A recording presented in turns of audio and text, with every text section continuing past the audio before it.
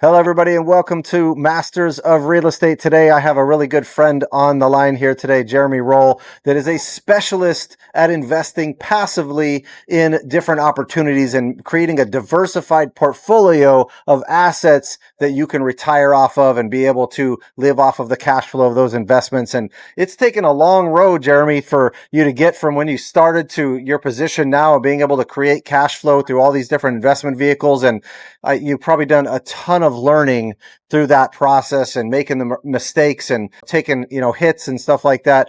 I'm curious, can you talk a little bit about your backstory? What got you started in investing passively in different syndications and these diversified portfolios, and what moved you to that arena versus, working at your previous jobs? Sure. Yeah. Thanks for having me on. I really appreciate it. Thanks for everyone who's here and listening. Hopefully this is helpful for you. I'm going to age both Matt and I, but I literally met Matt, I think it was 2005 or six, at an event in Los Angeles, an investor event, just as goes to show you how long we've both been involved in this investing space. So I have been investing in passive opportunities, like managed syndicated opportunities in real estate, since 2002. And the way I started was in 2001. I was actually working in the corporate world. Early 2002. I was working at Disney headquarters, and I saw the dot-com crash happen, and I hated it because I am just a very slow and steady, like non-volatile guy, and I like a lot of predictability. And it really bothered me that I wouldn't know where my retirement account was going to be in 10, 20, 30 years, even though I was young at the time. And so that lack of predictability made me look for different ways to invest that were outside of the volatility of the stock market. And so I came across different concepts, and what I ended up landing on was kind of more predictable cash flow from stabilized real estate. And for me, what that means is 80 to 100% occupied properties, even more commonly 90 to 100% occupied properties, stabilized, really for more predictability. So I started to rotate my money from stocks and bonds into that type of cash flow starting in 2002. And that's how it started. And it was really it was a solution to, like, how do I get more predictability out of my long-term retirement account with less volatility? That makes a lot of sense. And what were you doing? What was your experience previously with this in your corporate world? So before that, it's funny because I was working at Disney, and I remember going up to my colleagues starting to look for these. And I'd say, do you know of any past investments in real estate? They'd all say the exact same thing. They say, no, we're just investing in our Disney Fidelity 401k plan. Like, literally said that, because we all were. But they said, but let me know if you find anything. And like, they were all intrigued by the diversification and something different. And so I was just commonly in stocks and bonds through a Disney Fidelity 401k plan, doing what your typical kind of middle-level corporate manager would be doing, right? Just trying to save up for the long term. Right. Okay. And I think, that key shift, once you started investing in these asset classes, what did you find that was different? And what did that create for you? Did you find that stability, or did you still have volatility in the beginning of this? How did you get through that? Because I would think that, you didn't get to the stability immediately. You got to go through the learning curve first to then get the stability later on. Yeah. Hopefully, right? Yeah. So there's two different parts to that. So one is you can target stable opportunities, and individually those opportunities will hopefully be somewhat stable. So if you target an experienced sponsor with the highly diversified tenant base in a stabilized property, it's like 90 to 100% occupied in a good growth area where there's a lot of unemployment and population growth, then you could kind of try to create that within one investment, right? And that you can get right away if you just target the right thing, and that happens to be what you're looking for, right? There's 1,000 ways to invest. I say none of them are wrong. It's just what's best fit is for you. Mm-hmm. But the other piece of that, though, is getting a stabilized, diversified portfolio of investments. And that takes years. And I say years because, honestly, like if someone calls me today and says, I just sold my tech company, I have $10 million, I need to create cash flow immediately, what do I do? Besides the question of, is this the right time from a macro perspective, from a market perspective, put that aside for a second. If they want to learn properly, not go into stuff they don't understand, and more importantly, be careful, go in slowly and find the best opportunities possible, it will take them years to deploy that capital. Right? Because I would argue that if someone's deploying that in 2 months, they're just not being picky enough, they're not being careful enough, and they're just randomly going to things that they're finding. Right? Mm-hmm. So in this space, it's a question of very long-term approach, patience and persistence. And I view it almost as a small snowball that will grow slowly over time. And that's basically what does happen if you really keep at it like anything else. I think that's really important to understand that, not jumping all in feet first with all of your assets and all your retirement. Take your time to diversify and take your time to understand how to do the homework on those deals that you're talking about. Because quite frankly, 90% of the private investors don't do the right homework on those deals. They might think that they do, but a lot of times they don't go to the deep dive extent that they should. And they don't take enough time to get to know people before they start deploying capital. And then they find out how those people really operate and how those people really are with money and with their investors later on, without getting to know somebody and seeing performance over a period of time slowly. I always tell people, hey, go put in a smaller amount of money first with an operator after you've done your homework and deep dive due diligence and the background checks and the criminal checks. And, someone actually just hired a private investigator on us and did that. And I'm like, that's on my list going forward of all people that I do this with, to hire a private investigator, because I may miss something on a background check or not know how to look at it different, in a certain way, Right. right? I'm not a specialist at background Yep. checks, right? And so, Yep. being able to, anything you can do to add that extra layer of protection, there's no reason not to do it other than being lazy and not having time, which will cost you lots of money down the line, right? And so, how did you start off with, evaluating operators? Because you can evaluate the deal like you're talking about, right? And pick the asset saying, great, this is, fits my box, right? This fits the cash flow I want, the stability I want, the operator looks good and stuff like that initially from the outside.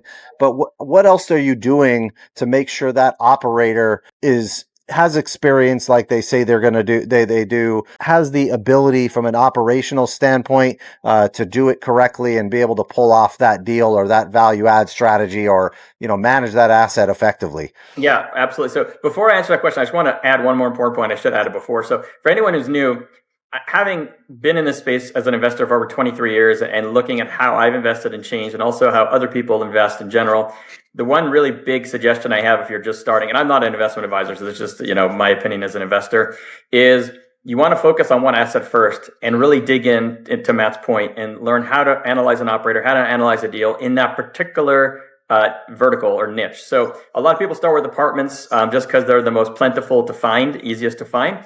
I would argue that start with the asset class you know best. So if you grew up in a mobile home park and know that really well, I would say start there. You would understand it better than most people. It's a shorter learning curve, and you can typically take about 80 to 90% of your learnings and copy and paste it over to the next asset class with some tweaks. But I think it's very important. I see a lot of new investors sometimes get enamored by different asset classes, trying to learn them all at the same time. I feel like that's just not a good idea. You want to learn the basic skills on one, and then transfer them to others after. So in terms of evaluating an operator, so the first thing I want to note is that we're recording this in May of 2025. And the reason why I mentioned that specifically is because I think one of the most important things you have to consider about operators today is there's been a lot of distress. The economy slowed down, interest rates really climbed. The Fed rate was, I think, increased 5% a couple of years ago. That has really caused a lot of challenges in real estate across many asset classes. And the first thing you want to do is try to confirm, is this an operator who has other levels of distress they're dealing with? Because I don't know about you, but if I can pick anybody, I don't necessarily want to pick somebody when I have other choices who's having to deal with like 3 other fires or even 1 other fire, and they're distracted, and some of their time and resources have to go towards that. Even worse, if you have an operator who had a foreclosure recently or is about to face one, what a lot of people don't know, and I've been through this, I saw this once. So I've actually not invested with that person, but I saw this once, so I know it happens. Once an operator has one foreclosure, it's like a credit thing. And what ends up happening is that you end up investing in an opportunity that has a higher interest rate, all things being equal, compared to anything else, because that operator had a ding in their credit. And now that's actually, that you are by definition investing in that interest rate. So you have higher risk for the exact same amount of return, or technically lower return because higher as anything else. So that would be equivalent. So you have to evaluate what a sponsor is dealing with today. That's one layer that I would add on today that maybe wasn't necessary 5 years ago, for example. And it's ultra important, right? Now, getting to like the real answer of your question, evaluating a sponsor to me is like trying to read between the lines. And it's tricky, and it's kind of a learned skill over time. And besides background checks, which are critical, and other things, my personal philosophy is I'm looking for someone who's going to underpromise and overdeliver to basically build long-term relationships with investors and purposely be conservative in their assumptions. And I'm trying to avoid someone who's going to be over-promising, having beautiful marketing collateral that over-promises with big numbers and it looks attractive, but then they're going to under-deliver because they've just been too aggressive in their assumptions. And frankly, they have a marketing machine. They don't care. They're going to go on to the next investor. If you're not getting good performance, they're going to continue to buy properties. So in a nutshell, that's what I'm looking for. And some of the ways that I try to read between the lines on that is when you read an opportunity, a business plan or an offering memorandum, sometimes you'll see certain statements that show you that they're conservative. So for example, let's say that you're investing in an apartment building. It's 99, I'm just going to use an extreme example. It's 99% occupied. It's in a very high growth area. There's no new supply coming up. They just finished building a train right across the street from you, and there's going to be, appears to be amazing demand going on. I have seen operators take that type of scenario, the actual scenario, and assume maybe 97% occupancy at the building going forward because their argument is, this seems very realistic. It's a very high growth area. We have the new train, blah, blah. And, and they're good arguments, but they're not a conservative assumption. Realistic is not conservative, right? So necessarily, right, exactly. That's a great point. So what I like to see is that they would say, okay, we're assuming 92% occupancy or 93% occupancy. We think we're going to overperform because of these 5 reasons, but we're at 99% today, but we're modeling like that to be conservative, right? Those are the kinds of things that you're looking for. What you're trying to avoid, which I've also seen, is the train is about to be built and finished in 2 years from now. You're buying building at 91% occupied, and they're assuming an average occupancy rate of 95%. And they're saying, well, when the train comes, we're going to be 97, 98% occupied. Today, we're 91. If you average it out over 5 years, it's 95. We think that's very realistic to Matt's point, but that's not conservative, right? But it also shows you their mentality because you're going to be looking at aggressive projections, and they're more lined up to underperform than the other operator, right? I think that's key. Yeah, and you can see that in some of the ways that they verbalize their assumptions sometimes. And their summaries, but you could also get a very good sense of it often when you're speaking to them, right? And preferably, either by video or in person, so you can even get a gut feel for them at the same time. If they don't say anything about being conservative, but they had a, 93% occupancy assumption, but we're currently 97, I would ask them. I'd say, why did you model that 93? We're at 97. Almost like a trick question, like, why are you making it look bad? And then if their answer is, oh, I was just being really conservative. We try to be conservative. Oh, also, we've been conservative, this, and this, right? That's what I want to hear. Mm-hmm. I don't want to hear, well, we think the population's going down and we did that. So that, either way, you're going to get good insight, right? It's either they're conservative or you miss something completely that you didn't know. So I look for that conservative piece that's really important. And that's one of the intangibles that you kind of learn to look for over time.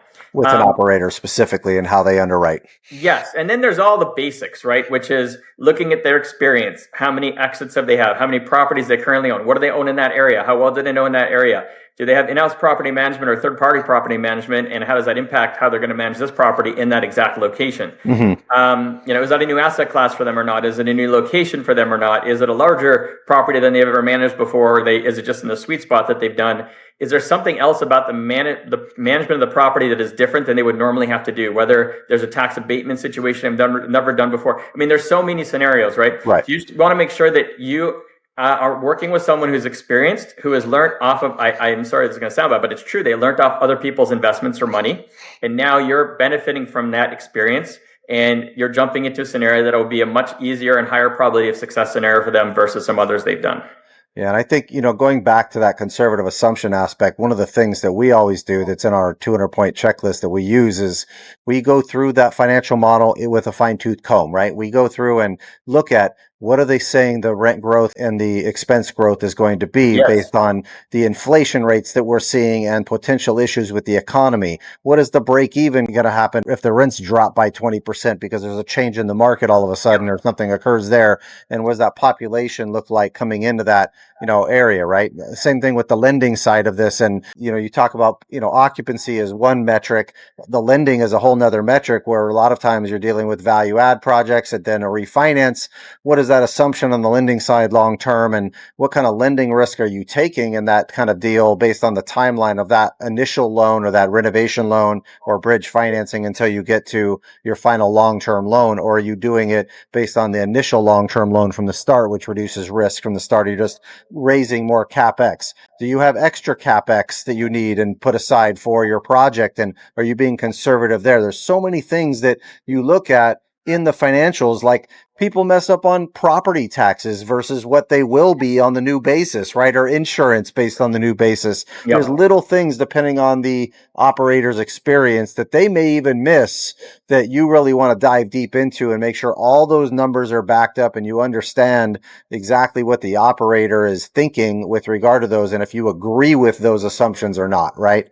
I couldn't agree more. And also by reading the assumptions carefully and understanding, you can get a sense of how detailed someone maybe is, and it could translate into how they run their business even. So I'm going to give you a real life example. I remember I was looking at a self-storage deal from somebody, first time, big operator, top 20 in the US. And I noted, I was looking at their expenses, and I want to be clear, you don't need a live spreadsheet to do this. I actually had a printout PDF. And what I do is I try to just go row by row and I calculate the percentage increase year by year. And you just do it for 2 or 3 years and you see if it's the same each year, right? Across everything or not.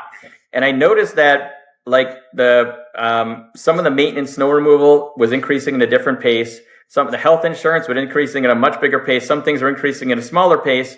Payroll was increasing at a bigger pace. So I said to them, like, I'm used to seeing, a lot of people just copy and paste 3% per year and just, every year. Right. Why is health insurance going up 8% per year and the snow removal is going up 5%? And they said, oh, well, we looked at the historical increases of what the actual cost increase has been. And we know that health insurance goes up much quicker than landscaping, right? So they went into detail on all those expenses. They went into detail, right? And the same thing goes, the same idea when you're trying to do diligence someone goes, if you ever do an on-site visit with somebody, which can be invaluable. I won't waste too much time, but basically how they walk you through the property and what they're pointing at, how detailed they are about what they've found and what changes they're going to make and what the competition looks like in the surrounding area. And these little cracks they found in the they're going to fix in the parking lot. It really speaks to like who you're dealing with, one versus the other. So you have to start piecing all these things together to get a real picture of who you're dealing with.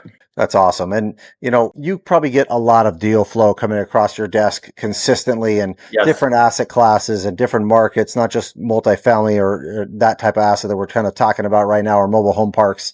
Yep. When you're dealing with this, you're dealing with, note structures and debt structures and all different types of asset classes. How do you filter these things to start when something comes across your desk just to say, nope, not that one, but this one seems more interesting? What is like your initial, like I'll say, top 5 things you want to look at when you're just seeing a new opportunity, when you're just glancing at? I mean, obviously everybody looks at the return, but that doesn't really matter in reality compared to all the rest. Yes, you got to make the right return and be comfortable with it, but what are the other things that you are, specifically first paying attention to even want you to dive deeper into an opportunity as a sniff test? Yeah. So I'm going to give you 2 answers. And that the first one, I think will just hopefully be helpful for you, which is, you want to create the most narrow box, I call it, that you could possibly create for yourself to make the filtering process as easy as possible. And that you want to just get rid of most opportunities and not waste your time. So right. I have a box for every single asset class. I'll give you an example. In apartments, I prefer 100 unit to 400 unit or 100 plus at least, right? In self-storage, I prefer 800 plus, but I'll go as low as 300 plus. In mobile home parks, I prefer 100 pads or more, but I'll go as low as 75. And then I have certain types of or vintage of properties, or quality of properties that I look for and some that I avoid. And frankly, it's not always the best quality. Like I don't invest in a brand new multifamily deal. Returns are going to be too low. That's a proper institutional asset. That's too much proper class A, right? I also don't invest in class C, and I have all these reasons behind it. So I have this box in terms of geographic, asset quality, everything. And that box, the more narrow it gets, the quicker you can filter out deals very immediately that won't even qualify for you, right? If I see a 1970s apartment building, no matter how good the deal looks, I won't do it. Okay, just stick to my box. The other piece from there, and the easiest piece to filter very quickly, to your point, Matt, is numbers, because I look for cash flow, and that's my number one focus. And if I'm not hitting a certain cash flow targets, well, that's not very useful. I have a limited amount of capital to deploy, and I'm not going to hopefully waste it in something that's not hitting, or at least even projecting the type of returns that I'm looking for at minimum. So that's the easiest filter I have at this particular timing right now, as I think we're like pre-recession, but things are slowing down. I'm very cognizant, it's been going on for years, about negative versus positive leverage. And anytime I see negative leverage, but someone sent me 2 deals last night, very interesting apartment buildings, good operators, they're both negative leverage, I won't even consider it. And so I love that because it just makes it so easy, because right now, honestly, probably 90% plus of the opportunities that fit in my box are negative leverage for multifamily, for example. Mm-hmm. And that just means that they're too expensive, basically, in the end of the day, in my opinion. So you could create a couple of filters that really help you to knock out most things. And I'd strongly recommend it because there's a lot of details to review, 10, 20, 30 pages in each opportunity. You don't want to be wasting time for something if you can filter it out really quickly.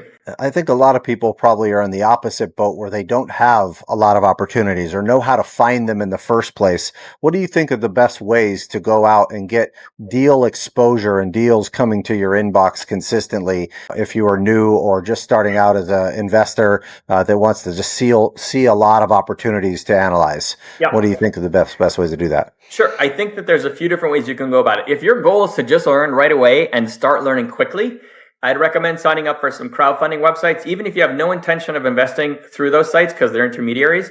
And by the way, there's nothing wrong with them. They're actually a great fit for some people who are very busy, don't have time to find deals, and want someone to weed out a deal in between them as well. But you can just go on and log on to Realty Mogul or others and download probably 5, 10, 15 opportunities per platform in your pajamas and have 20 or 30 opportunities printed in 2 hours.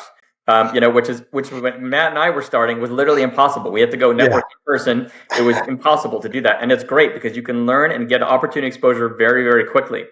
Now, if you want to take it to the next step and that you want to find opportunities you want to seriously consider, and let's just say for whatever reason the crowdfunding sites aren't a good fit for you, then I'd recommend potentially talking to some investor groups. They are intermediaries, but their job is to go find and filter opportunities to present to investors. So that will increase your deal flow compared to trying to find them yourself, right? So it's a trade-off because the returns may be a little lower, maybe not, but could be. But you're having help finding deal flow, right? The other thing that is also very helpful is you can listen to podcasts, and podcasts have some of them have thousands of operators, literally thousands of episodes with operators who have been on. And you can start just by saying to yourself, well, my first asset class is multifamily as an example, and I'm just going to go and listen to multifamily episodes. And when I hear an operator I like, not only am I going to learn more about them in the next 30 to 60 minutes, but now I can go onto their website, register, and start to get deal flow from them, right? So as you can see, this takes work, right? And it can be cut down if you're willing to have an intermediary involved. But either way, it's going to take work, both to learn and to find opportunities. And I will tell you that if, unlike stocks where you can just go buy like an ETF with the S&P 500 and go to sleep, this takes work. And so obviously the return is meant to be higher than the long-term return of the stock market, or it wouldn't make sense, both because of the liquidity and the challenge in finding these. So you just have to make sure that it makes sense for yourself, and it's the right fit for you to take the time to find everything. Yeah, I think that's, really important to take that time. I also think going to different networking events and conferences and things like that, you get exposure to different operators and people at those events consistently too. I belong to multiple, and I think they, can add a lot of value from that deal exposure side of things, as well as a ton of other benefits from the educational side. But the goal here through all this work is to cover all your expenses with cash flow and actually be free, right? I mean, and don't get me wrong, you still work hard. I still work hard, but we're building assets consistently to be able to create cash flow for us and have the freedom to work from where we want and build the life we want, which is the goal.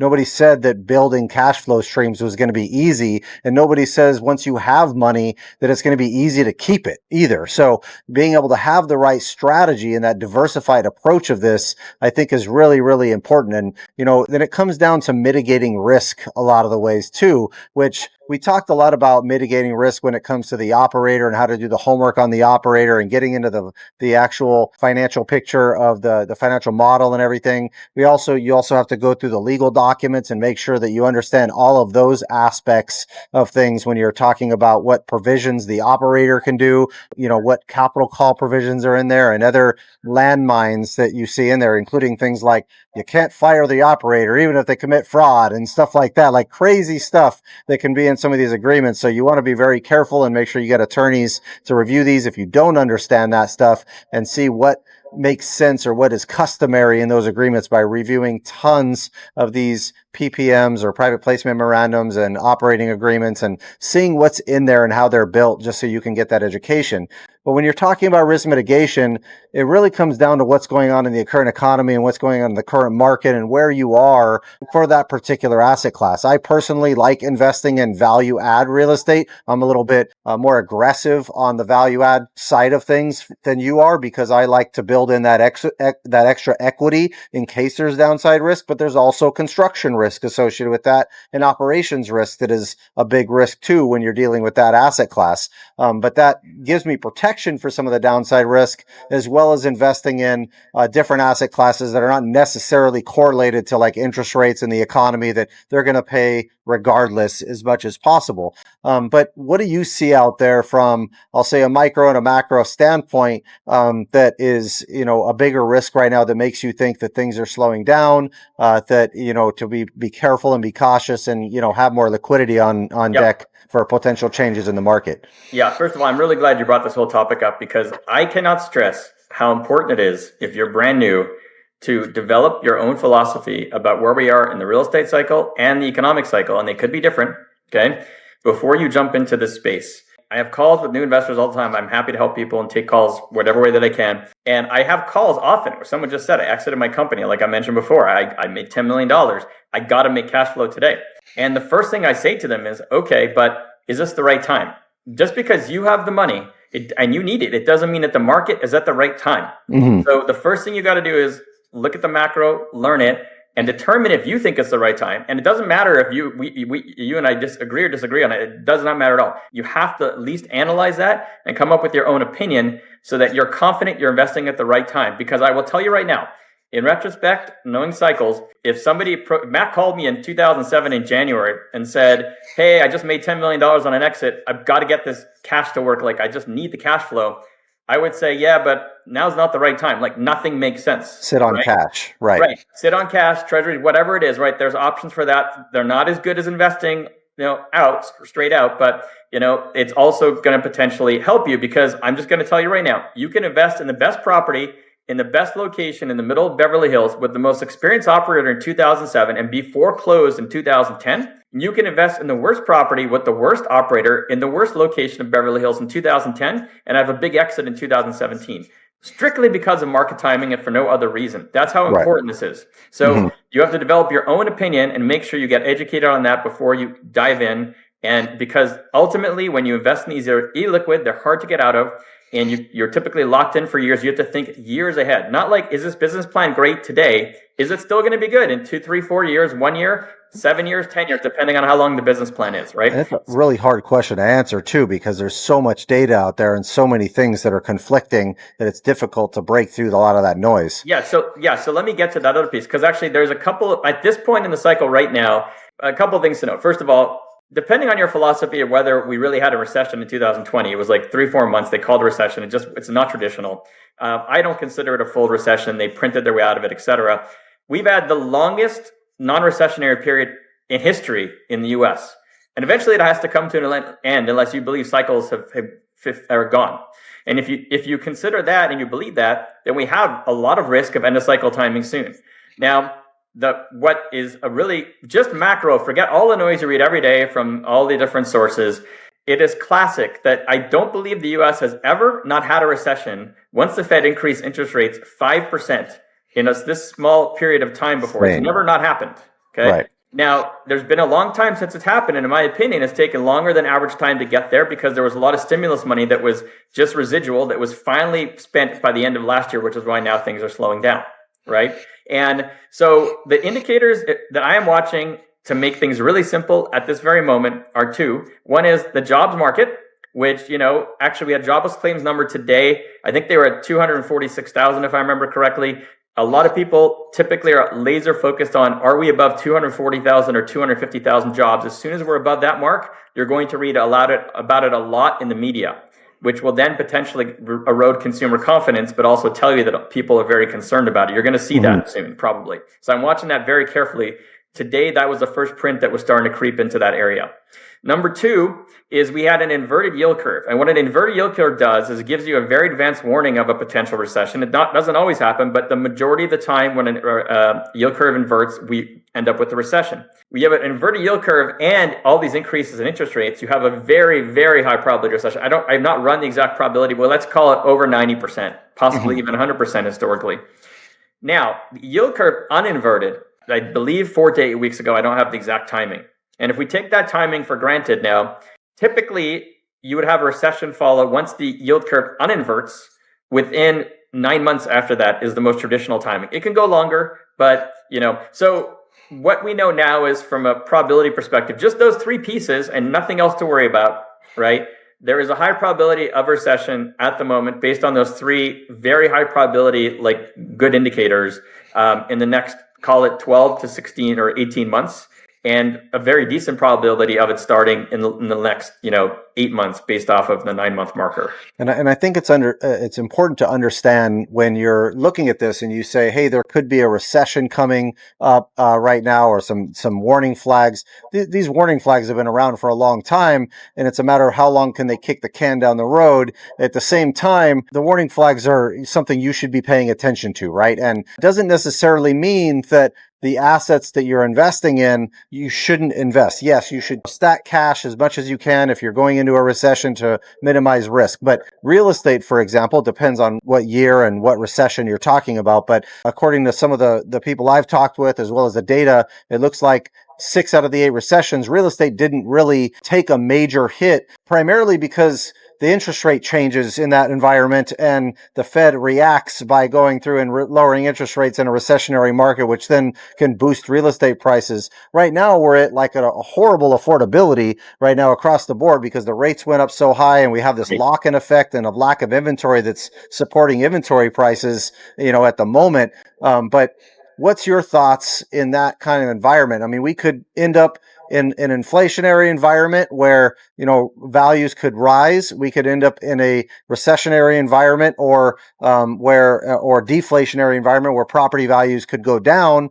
And then we could also end up flat, right? Where you have inflation, but property values aren't really rising right now because of that inflation, where wages are taking time to catch up to those prices. Do you think that middle one is the more predictable one? I know it's different because every market is totally different depending on population growth and all that stuff. But what's your take on that kind of philosophy there? Yeah. So first thing I'll say is that each market is its own local market. So I'm going to give you a national scale, broad macro answer, but if you're looking at a specific market, this may or may not be applicable, right? So I'm actually going to divide that answer into two pieces, right? So let's talk about single family first, because that acts totally differently than commercial real estate, which is based on income, right? It's actually a factor of a multiple income. So with single family homes, the smartest investor I know in that space is Bruce Norris, in my opinion. He has decades of analyzing cycles and really picking them apart.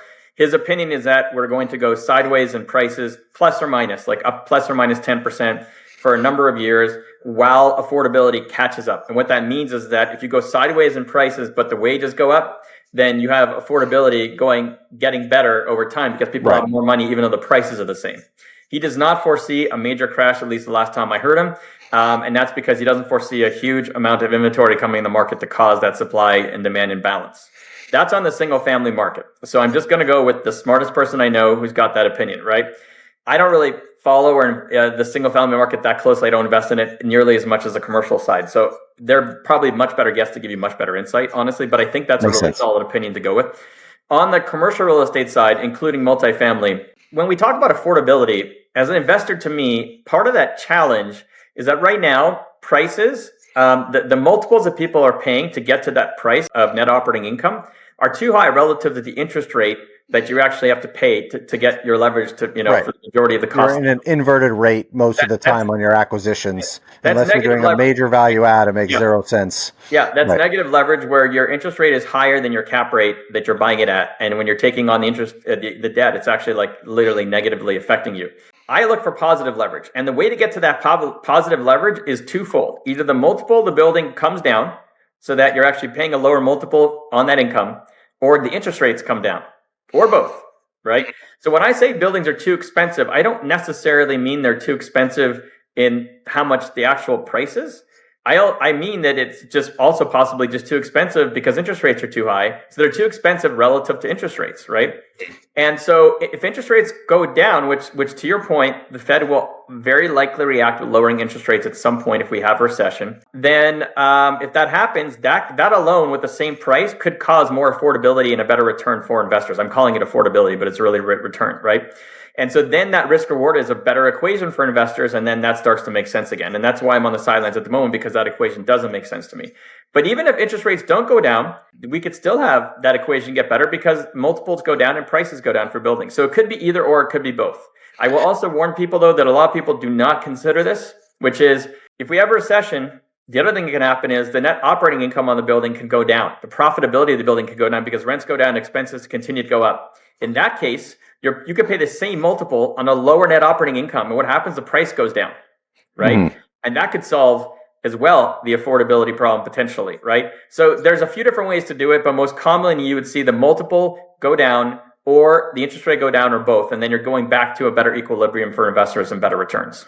Yeah, because of this correlation between interest rates and cap rates on these properties, these large commercial buildings, you have a 6 cap property. That means that if you bought the building for X price, it makes 6% on your money. If you bought it all cash, then you have an interest rate on your debt where you're leveraging it 70% or 65% of the loan of the purchase price at a 7% rate amortized over 30 years, for example, but maybe a balloon in 5 or something along those lines.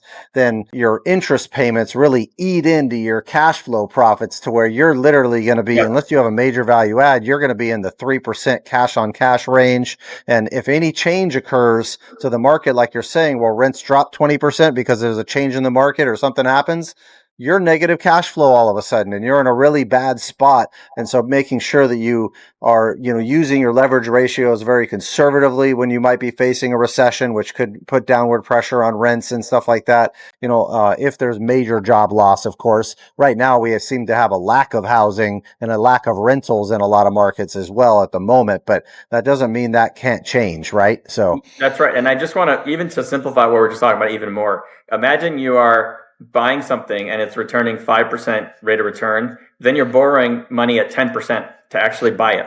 Yeah, right? That's negative leverage, right? That means the leverage you're taking is impacting you in a negative way, and you're getting killed. And in a normal market, in a better time when prices are more affordable and multiples are better, then typically you will have a situation where your interest rate is maybe 100 to 200 basis points lower. Your cap rate is exactly. Your interest rate is lower than your cap rate by 100 to 200 basis points, and you have a spread. So in that case, you're investing something that's making 7%, for example, like when you buy it, but you're only paying 5% on the money to borrow it. That starts to make sense. Yeah. Now you're making 9% cash on cash return plus in that type of a deal. And if rents drop by 20%, you're at least breaking even, if not making just a less of a profit, and you're not losing your shirt on that type of project, right? Yep. And the problem we've had for years is with all the stimulus money and all this end of cycle ramp up, we've been in a negative leverage situation for years. Like I'm talking 5+ years.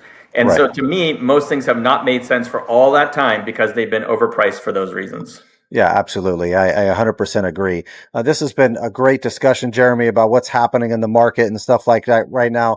What are you doing right now in this kind of a market, and what kind of investments are you focused on currently to pursue, given where we are in the market and the potential for recession and things like that? Yeah, like I'm not going to lie, I'm frustrated. I like to be able to be in a lot of things. I'm in over 60 active LLCs right now, and so I'm a very diversified person. I like to be in a lot of things. So it bums me out when I cannot find more things to reinvest in. And that's been the status, easily, almost exclusively for the past year or two, but in general for many years now, generally speaking.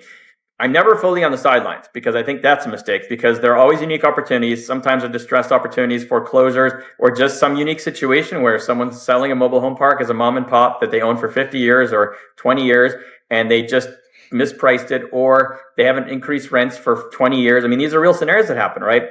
So there's always these diamonds in the rough. So you always have to be looking at, continue to look to find stuff. That being said, I'm mostly on the sidelines, mostly deployed cash into treasuries, waiting on the sidelines to redeploy that cash. Very happy I have it in cash because I think there'll be a better time to invest. Very similar to what Warren Buffett is doing. And he's doing it for the same reason, by the way, right, guys?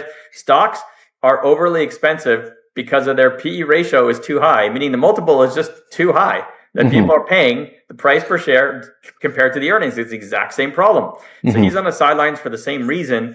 And we are both waiting to deploy into a better, less expensive market. At the same time, there are some kind of unique things. Like, for example, I do 1% of this, but because it's not cash flow, but, just goes to show you how like different things have different cycles. So startups, as soon as startup investments or venture investments, as soon as interest rates started to be increased in early 2022, they had a major correction and reset in valuations. And that is very common. That happens. And so what happened is that within those next 2 years, there was a lot of layoffs in tech. If you go and look at the news, there's been a lot of layoffs in tech specifically because of that. So as an investor, if you're investing in a new startup today, you are getting several great things. You are getting cheaper labor, more available labor that's often very high quality labor to start these companies, and you're getting a much lower valuation of the company when you're going into it. So you're getting more of the company for the same amount of money you're investing today than you were 2 or 3 years ago.